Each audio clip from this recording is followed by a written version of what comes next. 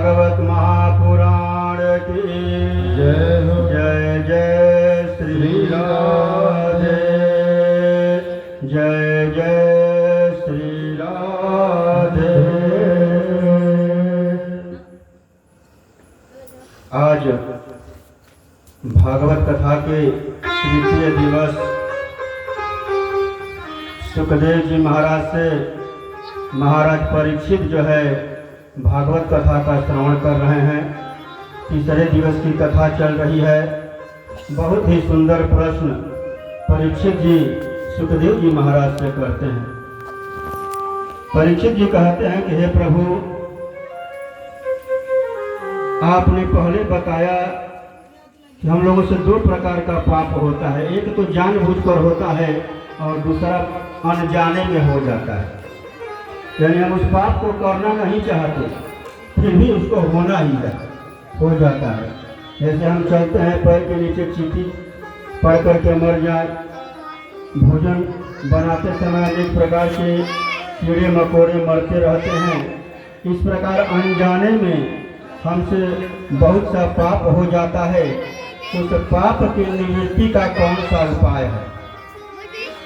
परीक्षित महाराज कहते हैं कि जाने अनजाने किए हुए पाप की निवृत्ति के लिए बलि वैष्णदेव करना चाहिए। बलि वैष्णदेव में 5 चीज आता है। गौ को भोजन कराना, अग्नि को भोजन देना, कौवे को भोजन कराना, कुत्ते को भोजन कराना और चींटी को भोजन कराना। ये 5 प्रकार का संस्कार करने से जाने अनजाने किए हुए सभी पापों की निवृत्ति हो जाती है। इसलिए प्रत्येक व्यक्ति को अपने घर में बलि वैष्णदेव करना चाहिए। क्योंकि हम लाख प्रयत्न करेंगे लेकिन हमसे पाप होना ही है। पाप से हम परे नहीं हट सकते। और एक बार भी यदि ईश्वर का नाम लिया जाए तो कहा गया है कि सभी पापों से मनुष्य की निवृत्ति हो जाती है। तो सबसे उत्तम उपाय है कि भगवत नाम का स्मरण करना चाहिए। इससे बढ़कर दूसरा कोई उपाय नहीं है। क्योंकि पहले की व्यवस्था थी कि अपने बच्चे का नाम जो है राम श्याम रख करके उनका नाम लेकर के लोग कर जाते थे। तो यदि वास्तव में भगवान का नाम लिया जाए तो मनुष्य की सदगति क्यों नहीं होगी। एक इसी विषय में कथा है कि एक पंडित जी महाराज थे जिनका नाम था अजामिल। वो बहुत बड़े विद्वान थे, कर्मकांड के ज्ञाता थे। उनमें हर प्रकार का गुण भरा हुआ था, कोई अवगुण नहीं था। एक समय वह कहीं जा रहे थे तो रास्ते में किसी वैश्या को वैश्यावृत्ति करते हुए देख लिए। रास्ते में अजामिल जी पंडित जी महाराज किसी वैश्या को वैश्यावृत्ति करते हुए देख लिए और वह दृश्य देखने के बाद उनका मन बिगड़ गया। इसीलिए कहा गया है कि दृश्य देखना है तो ईश्वर का दृश्य देखो, शुभ दृश्य देखो। कोई भी बुरा दृश्य देखने का प्रयत्न मत करो, कोई भी बुरा चीज सुनने का प्रयत्न न करो। क्योंकि जैसा आप सुनेंगे, जैसा देखेंगे, उसका प्रभाव आपके मन पर अवश्य पड़ेगा। अब जैसे ही वैश्यावृत्ति करते हुए वैश्या को पंडित जी महाराज देखे, उनकी मति बिगड़ गई। वो धनवान थे, किसी प्रकार की कमी नहीं थी, विद्वान भी थे। लेकिन उस वैश्या के पास गए और कहे कि तुम मेरे घर चल करके रहो, जो भी तुम्हें आवश्यकता होगी मैं तुम्हें दूंगा। वैश्या बोली कि हमको तो धन से मतलब है, हमको क्या मतलब है कि किसके यहाँ रहना है और किसके यहाँ नहीं रहना है। वह तुरंत तैयार हो गई और पंडित जी के साथ उनके घर में चली आई। पंडित जी जब तक वैश्या नहीं थी तब पूजा पाठ का काम करते थे, वेद पढ़ते थे, माला जपते थे। सुबह उठे, जैसे ही माला जपने की तैयारी किए, वैश्या बोल उठी, ये क्या कर रहे हैं, ये सब काम छोड़ दो, इससे थोड़े ना इतना कमाई होगा कि तुम घर परिवार संभाल सकोगे। जाओ कहीं जा करके जो है ज्यादा से ज्यादा धन कमाओ। स्थिति ये हो गई कि धन कमाने के लिए पंडित जी महाराज चोरी करने लगे, आगे चलकर डांका भी डालने लगे। और वैश्या के साथ में रहते रहते वह जो है 9 संतानों को भी जन्म दे चुके लेकिन चोरी डाका करते थे, रात में निकल जाते थे डाका डालने के लिए, और उसके बाद भोर में आते थे डाका डालकर बहुत सारा धन लेकर। घर में जो है पियकड़ई का अड्डा हो गया था, केवल दारू शराब चलता था, मदिरा पान चलता था। एक समय की बात है कि अयोध्या से कुछ संत जी लोग उसी अजामिल के गांव की तरफ से गुजर रहे थे। 25 संत थे और भजन करते हुए उसी रास्ते से गुजर रहे थे। संत जी लोग भजन कर रहे थे और आगे बढ़ रहे थे। बोलो श्री राम जय राम जय जय राम, बोलो श्री राम जय राम जय जय राम, बोलो श्री राम जय राम जय जय राम, बोलो श्री राम जय राम जय जय राम, बोलो श्री राम जय राम जय जय राम, बोलो श्री राम जय राम जय राम, बोलो श्री राम जय राम जय जय राम, बोलो श्री राम जय राम जय जय राम। इसी प्रकार का भजन करते हुए संत सन्यासी जी महाराज अजामिल के गांव के तरफ से गुजर रहे थे। उसी समय संध्या का समय हो गया और कहीं विश्राम का स्थान ढूंढने लगे। गांव के कुछ लोगों से पूछे कि कोई भक्त होगा उसके यहाँ ही विश्राम होगा, जो अधर्मी होगा पापी होगा उसके यहाँ तो विश्राम हम लोगों को करना नहीं है। तो किसी व्यक्ति से पूछे कि बताओ इस घर में, इस गांव में सबसे बड़ा भक्त कौन है। कुछ लोग उसी में मजाक करने वाले मिल जाते हैं कि इनको अच्छा रास्ता दिखा देते हैं, यही समझे जाएंगे कि कहाँ हम पहुँचे हैं। तो उसी प्रकार के कुछ लड़के थे, बता दिए कि महाराज लोग यदि आपको भक्त के पास जाना ही है तो हमारे गांव में अजामिल से बड़ा भक्त कोई है ही नहीं। हमारे गांव का सबसे बड़ा भक्त अजामिल ही है। आप उन्हीं का घर पूछते हुए चले जाइए, वहाँ पर आपका बहुत बड़ा स्वागत होगा। ये छल कपट तो सन्यासी लोग जानते नहीं थे, वहाँ के लिए चल दिए और जैसे आगे बढ़े ये जो बताए थे रास्ता और जाओ, जा रहे हो तो बहुत अच्छा स्वागत होगा, चिंता मत करो, डंडा ही पड़ेगा वहाँ पर, बहुत जो है विश्राम करेंगे, भोजन करेंगे, बहुत बड़ा भक्त है, बहुत बड़ा स्वागत करेगा। सन्यासी जी लोग महाराज अजामिल के घर में गए। जिस समय वहाँ पर गए अजामिल डाका डालने के लिए निकल चुका था, केवल उसकी पत्नी जो वैश्या थी वहीं उस घर में थी। वहाँ पर जो है जयकारा लगाए साधु जी लोग, उनकी आवाज़ सुन करके जो है वैश्या बाहर निकली दरवाजा खोलकर। सामने सन्यासी जी लोग को देख करके जो है वह अचंभा में पड़ गए। सन्यासी जी लोग बोले कि क्या यहीं भक्त अजामिल का घर है, हम लोग अयोध्या से आ रहे हैं, वृंदावन जा रहे हैं, रास्ते में संध्या का समय हो गया है, हम चाहते हैं कि यहीं पर रुक करके रात में जो है भंडारा हो, भोग विलास हो, सुबह उठकर हम पुनः अपने गंतव्य मार्ग पर चल देंगे। वैश्या भले ही उसमें 100 अवगुण था, लेकिन अपनी माता से इतना गुण सीखी थी कि साधु सन्यासी से कभी झूठ नहीं बोलना चाहिए। और कभी कभी ऐसा होता है कि झूठ बोलकर ही लोग कर जाते हैं। झूठ बोलना पाप भी है और झूठ बोलना कहीं कहीं कारगर भी हो जाता है। जैसे कि एगो आदमी रहना, वो अपना जीवन काल में कबो सच बोल ही ना रहा, खाली झूठे बोलने रहा। झूठ बोलत बोलत उनका बुढ़ापा आ गई, अला के बाद वो मर गया।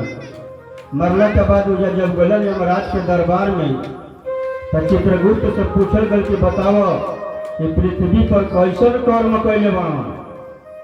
चित्रगुप्त जी महाराज बतैलन कि महाराज एक सब कर्म तो बढ़िया बा, लेकिन आज में एगो सही शब्द बोलले नहीं थे, खाली झूठे बोलले बा। तो उनका के दंड मिलल, यमराज दंड दिलन कि जा जब खाली झूठे बोले बा तो के स्वर्ग में छोड़िह मत, स्वर्ग के द्वार दिखा दिह, आ देखावला के बाद नरक में ठेल दिया। यमराज के दूत लेके गैला से उनका के स्वर्ग के द्वार दिखाए।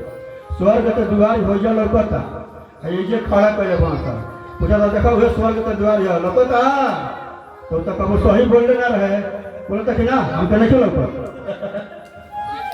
फिर कुछ आगे ले गई लो बोलो कहो बताओ हमें हो एकदम सोझे बाटे लौकता बोलता कि ना महाराज हमको नहीं चलो रमा सब क्या करो झूठे बोलते जगह वो लौकते नहीं थे हमारा और ही आगे ले गई लो अब बताओ अब लौकता ना महाराज अब नहीं लौकत स्थिति आ गई तो स्वर्ग के दुआरी पर खड़ा कर दिया लोग। अब कहते रहे दुआरिये पर खड़ा पड़ा और ये स्वर्ग है बताओ अब लौकता कहता कि ना अब नहीं थे लौकत तो तुम लोग दूतवा का करे सब पीछे से चुतारा पर दुगो लात मारो तो जोर नहीं थे लौकता ना लौकला के मतलब कि का भइल तू झूठे बोले प्लस स्वर्ग में पहुंच गई और जब स्वर्ग में पहुंच गए अंदर तो बाहर निकाल के केव करा के नरक में डालो तो झूठे बोलत बोलत वो व्यक्ति स्वर्ग में पहुंच गई। यही से कहल बा कि कब झूठो बोलल कारगर हो जाला। तो आजादी के पत्नी जन भैंसिया बाड़ी तन साधु जी महाराज से कहत रही कि हमार अपवित्र शरीर बाटे हम कोनो साधु सन्यासी ना हई ना जामिले कोनो साधु सन्यासी हवन वो डाकू हवन हम बच्चा हैं आ हमार हाथ के बनावल अन्न आप लोगन के खाए जोग नहीं थे। साधु सन्यासी कहल लोग ठीक बा अब चले लगल लोग जैसे तब तक का विचार भइल कि बच्चा के मन में या गल कि भले हमार बनावल ना खा सकल लोग लेकिन यदि सूखा अन्न नहीं हो लोग के दे दिया जाओ तो वो तो अपने बना के खा सकल उनमें कोनो दोष नहीं थे। तो वैश्या कहलस कि रुकिए महाराज रुकिए जब आ गए हैं तो हमारे दरवाजे से आप जो है बिना भोजन किए बिना विश्राम किए कैसे जाएंगे आप रुकिए मैं आपके लिए सूखा भोजन का प्रबंध कर दे रही हूँ आप वहाँ सामने बैठ करके पेड़ के नीचे खूब बनाइएगा और प्रेम से पाइएगा। साधु जी लोग महाराज कहे कि ठीक है बहुत अच्छा है वह सूखा भोजन का इंतजाम कर दी। साधु जी लोग महाराज खूब बनाए बढ़िया से जो है प्रसाद पाए और जब किसी का अन्न खाया जाता है तो उसका शरीयत भी दिया जाता है। भीष्म पितामह जो है अधर्म का साथ क्यों दिए क्योंकि वह दुर्योधन का अन्न खाए थे और उस अन्न को खाने से उनका शरीर दूषित था इसलिए वह दुष्कर्म का साथ दिए। यदि सोचते तो वह महाभारत को रोक सकते थे कहीं भी अन्याय नहीं होने दे सकते थे लेकिन जैसा अन्न होता है वैसा प्रभाव होता है यह उन पर लागू हुआ। लेकिन जब अजामिल का अन्न खाए थे तो सन्यासी जी लोग महाराज सोचे कि इसके लिए कुछ ऐसा काम कर दिया जाए जिससे कि यह सुधर जाए। अब आखिर कौन सा उपाय हो जिससे सुधार हो मन में विचार कर रहे हैं तभी डाका डाल करके अजामिल का प्रवेश होता है। अपने घर में इतने साधु सन्यासियों को देख करके पहले आग बबूला हो जाता है और कहता है कि कौन सा ऐसा लोग जिनको जो यहाँ पर आसरा दिए हैं। उनकी पत्नी कहती है कि हमारे कहने से रुके हैं तो वह अपनी पत्नी से डरता था इसलिए चुप हो गए। बोला कि ठीक है आप रखी हो तो कोई बात नहीं है। और साधी जो लोग इधर विचार कर रहे हैं कि आखिर कौन सा उपाय किया जाए तो सुबह उठ रहे हैं जब जाने का समय हो रहा है तो उस समय साधु जी लोग महाराज कहते हैं कि भक्त अजामिल आपने बहुत अच्छा प्रसाद खिलाया लेकिन भोजन का फल तब तक प्राप्त नहीं होता है जब तक भोजन दक्षिणा न दिया जाए। अब तो अजामिल और आगे बबूला एगो तो खैल ही वाला ऊपर से मांगत दे तो चार घंटा देता दक्षिणा हो जाला बढ़िया से। सोच रहा है मन में कह नहीं रहा है कि मांग एगो तो खैले बड़ा कितना मेहनत से डकैती डाले के पड़ता और लेके आओ तो कोनो डकैती में पकड़ लिया तो मार के कचूमर निकाल दिया तो ऊपर से खैलहूँ बड़ा ऊपर से दक्षिणा मांगता रहा तो मांगा पैसा रुपया तो के हम बतावत नहीं। और फिर ये अंदर से बोल रहा है और ऊपर से बोल रहा है कहिए महाराज आपको क्या चाहिए। सन्यासी जी लोग से पूछ रहे क्या चाहिए धन दौलत चाहिए तो बोल रहे कि नहीं धन दौलत नहीं चाहिए। तब सोच रहा है कहीं कपड़ा लत्ता की व्यवस्था नहीं ना है कपड़ा लत्ता नहीं ना मांगा मांग अब मांगेंगे तो इस बार बताइए देंगे बढ़िया से आए हैं खाकर तो कई दिन का हमारा जमा किया हुआ धन अन्न खा गए हैं और उसके बाद कह रहे हैं कि अभी दक्षिणा बाकी है तो मांगिए। फिर पूछ रहा है कि वस्त्र वगैरह चाहिए। साधु जी लोग महाराज कह रहे हैं कि नहीं, वस्त्र नहीं चाहिए, केवल एक ही चीज चाहिए कि तुम्हारे यहाँ 10वां पुत्र होगा। तुम्हारी पत्नी जो है गर्भ से है और 10वां पुत्र होगा और हमारे कहने से जब वह पुत्र होगा तो उसका नाम नारायण रख देना। उस पुत्र का नाम नारायण रख देना। तब अजामिल कह रहे कि जब लड़का होगा तो कोई ना कोई नाम तो रखना ही है, तो उसमें क्या दिक्कत है, नारायण ही रख दूंगा। साधु जी लोग महाराज इतना कहते वृंदावन की ओर चले गए और उधर अजामिल के घर जो है पुत्र हुआ और पुत्र का नाम उसने नारायण रख दिया। धीरे धीरे अजामिल की वृद्धावस्था आ गई और वह मरणासन अवस्था में पड़ गया। लेकिन जब तक सही था, ठीक था, जवान था, उस समय जब भी कोई काम करता था तो बोलता था कि बेटा नारायण यह ले आओ, बेटा नारायण यह काम करो। इसी बहाने वह भगवान का नाम लेता था, न चाहते हुए भी। अंत समय आया, मरने का समय, तो उस समय यमराज के दूत उसको लेने आए। यमराज के दूत काला कलूटा भयानक, उनको देख करके अजामिल डर गया और डर करके सामने देखा तो उसका पुत्र नारायण दिखाई दिया। बोला कि बेटा नारायण बचाओ बचाओ बचाओ। तब तक भगवान विष्णु के पार्षद आ गए। बोले कि इस व्यक्ति को, यमराज के दूतों से बोले कि इस व्यक्ति को तुम नरक में नहीं ले जा सकते, यमलोक में नहीं ले जा सकते, क्योंकि यह अंत समय में मेरे प्रभु का नाम लिया है, इसलिए इस व्यक्ति को तुम यमलोक में नहीं ले जा सकते। वह बोले कि महाराज आप ही तो निर्धारित किए हैं कि जो जैसा पाप करते तो जीवन भर पापे कर्म किया है, कभी सही काम नहीं किया है। तो यही कहा गया कि अंत में यदि भगवान का नाम ले लिया जाए तो उसका जो है मोक्ष बन जाता है। लेकिन अंत में जो लोग मोह माया में फंसे रहते हैं, कोई भी ईश्वर का नाम नहीं ले पाता है। मरने के समय जो है अजामिल अपने पुत्र का नाम लेकर के तर गया। अब उसके बाद क्या हुआ, यमराज के दूत जो है तर्क कर रहे कि इसको हम यमलोक में ले जाएंगे और विष्णु के पार्षद तर्क कर रहे कि इसको हम विष्णु लोक में ले जाएंगे। अंत में व्यवस्था यह हुई कि ठीक है, विष्णु के पार्षद बोले यमराज के दूतों से कि जाओ तब उसका प्राण हरण करो। और जैसे ही प्राण लेने के लिए यमराज के दूत झुके, इशारा कर दीजिए अजामिल को, विष्णु के दूत, इसे सर पर पैर रख करके हमारे विमान पर चढ़ जाओ। और जैसे ही यमराज के दूत झुके प्राण निकालने के लिए, अजामिल उनके सर पर पैर रख करके जो है विष्णु के पार्षदों के विमान में चढ़ गया और सशरीर स्वर्ग लोक को प्राप्त हुआ। बोलिए प्रेम से विष्णु भगवान की। अगला प्रसंग सुनने से पहले एक भजन सुनिए और साथ में भजन को गाइए।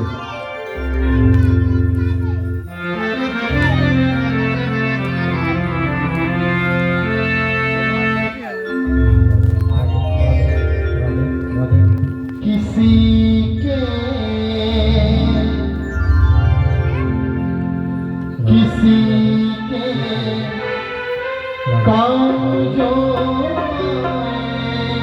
उसे इंसान कहते हैं। किसी के काम जो उसे इंसान कहते हैं। पराया